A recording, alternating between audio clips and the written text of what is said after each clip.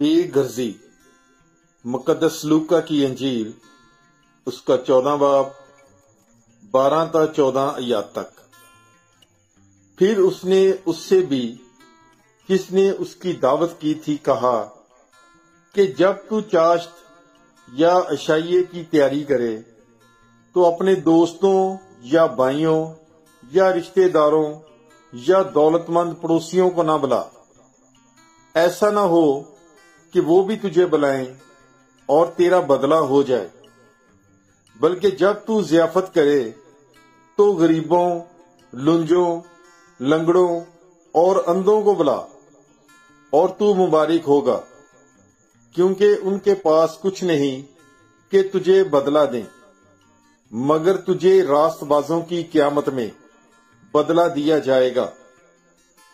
پاک کلام کے پڑھے اور سنے جانے پر خداوند کی برکت ہو، خدا کا شکر ہو۔